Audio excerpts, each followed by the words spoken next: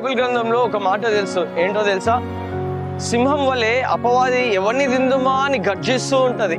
మరి అదే రీతిగా మనము మన జీవితంలో ఒక ఉదాహరణ చూసుకుంటే, ఒక పనికిరాని వాచ్, అంటే పనిచేయని వాచ్, బ్యాటరీ లేని వాచ్ ని నువ్వు పెట్టుకొని, గడియారాన్ని పెట్టుకొని నువ్వు బయటికి వెళ్ళినప్పుడు కొలీగ్స్ ని నువ్వు చూసి అంటారు వాచ్ పని చేయట్లేదు అని అంటారు.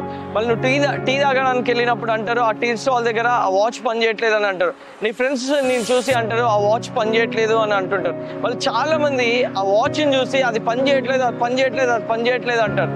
కానీ అరే ఆ వాచ్ లో బ్యాటరీ లేదా, ప్రాబ్లం ఏంటి అని ఎవరో అడగరు.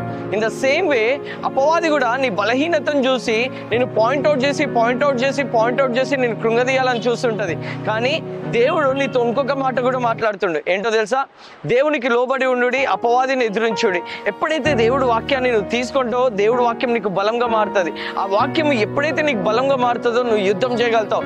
అపవాదిని నీ కాళ్ళ కింద శీఘ్రంగా చితకదొక్కేయగలుగుతావు. కాబట్టి నేను చెప్పేది ఒకటే, నువ్వు దేవునికి లోబడు, వాక్యం ను పట్టుకో, అపవాదిని ఎదిరించు, వాడు ఓడిపోతాడు. ఆమేన్.